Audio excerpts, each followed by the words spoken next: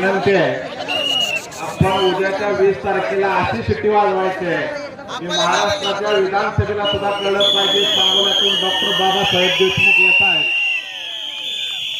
पण वेळ कमी आहे, सर्वांनी आता सभा शांततेत ऐकायची आहे.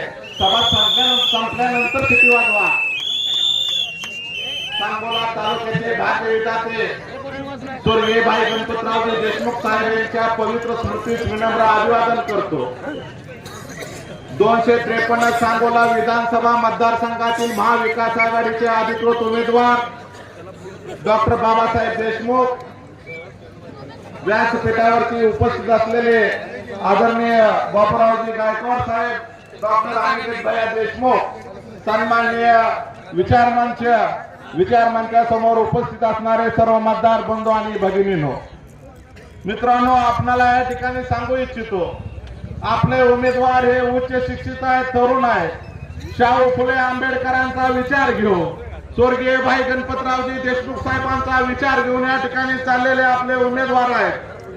मित्रांनो, आपल्याला सांगत असताना या ठिकाणी एवढं सांगतो, गेल्या 50-60 वर्षाच्या कालावधीमध्ये आबासाहेबांनी सांगोल तालुका हेच माझं कुटुंब आहे, सांगोल तालुक्यातल्या गोर गरीब कष्टकरी जनतेचा प्रपंच हाच माझा प्रपंच आहे समजून स्वतःच्या घरावरती तुळशीपत्र ठेवून सांगोला तालुक्यातल्या गोर गरीब कष्टकरी जनतेची सेवा केली.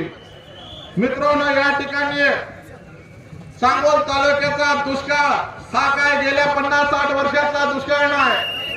सांगोल्याचा दुष्काळ हा पृथ्वीच्या निर्मितीपासूनचा दुष्काळ आहे. मित्रांनो, आपल्याला माहित आहे 700 वर्षापूर्वी दुष्काळ पडला होता. जनतेला त्या ठिकाणी धान्याचा तुटवडा होता आणि त्या कालावधीमध्ये 700 वर्षापूर्वी मंगळवेढ्याच्या संत दामाजी पंतांनी राजाच्या परवानगीशिवाय धान्याची कोठार जनतेला उघडून दिली आणि जनतेच्या धान्याची सोय केली. म्हणजे मित्रांनो, देवाधिकाच्या कालावधीमध्ये दुष्काळ होता, पण आबासाहेबांनी आधुनिकतेची कास धरून विज्ञानाच्या सहाय्यानं मी माझ्या सांगोल्याचा दुष्काळ हटवू शकतो आणि तो हटवल्याशिवाय राहणार नाही हा निर्धार केला आणि सांगोल तालुक्याच्या दुष्काळाला मूठबाती देऊन आबासाहेबांनी शेवटचा श्वास घेतला. मित्रांनो, तिथे कोणी पाणी आणलं म्हणून सांगण्याची आवश्यकता नाही. आताच बोलताना वक्त्यांनी सांगितलं की 72ला आम्ही चालत पाणी परिषदेला गेलो, 72ला आम्ही सायकल येऊन पाणी परिषदेला गेलो. या विरोधक पाणी आणलं म्हणून सांगतायत, ज्यांनी एखादी पाणी परिषद घेतली का हे एखादी सांगावं, उगाच पाणी आणलं म्हणून थापा मारू नयेत. मित्रांनो, या ठिकाणी आपल्याला सांगत असताना या सांगोला तालुक्यामध्ये गेल्या 5 वर्षाच्या कालावधीमध्ये विकासाच्या नावावरती टक्केवारीचा व्यवसाय झालेला आहे. विकासाच्या नावावरती या ठिकाणी टक्केवारी गोळा केलेली आहे.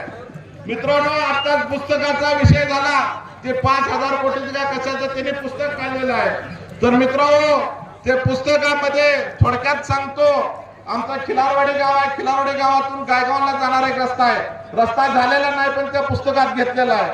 आणि पुन्हा गायगावान बघितलं तर गायगावान खिलारवाडीला जाणारा रस्ता पुन्हा पुस्तकात घेतलेला आहे. सगळं खोटं आहे. जनतेच्या डोळ्यामध्ये धूळ फेक करण्याचं काम या ठिकाणी केलेलं आहे.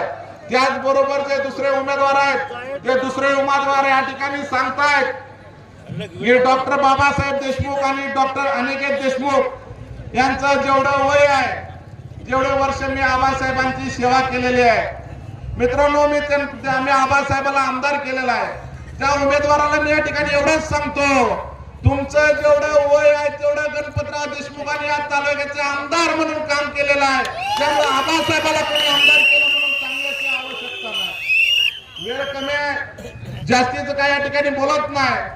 मित्रांनो, डॉक्टर बाबासाहेब देशमुख यांचं 4 नंबरला नाव आहे. त्या नावासमोर शिट्टी हे चिन्ह आहे आणि शिट्टीचं बटन मित्रांनो असं दाबायचं 20 तारखेला की संपूर्ण महाराष्ट्राच्या शिट्टीचा आवाज गुंजला पाहिजे. महाराष्ट्राच्या विधानसभेमध्ये डॉक्टर बाबासाहेब देशमुख येत आहेत हे संपूर्ण महाराष्ट्राला कळलं पाहिजे. एवढंच या ठिकाणी बोलतो आणि थांबतो. जय हिंद, जय लाल सलाम.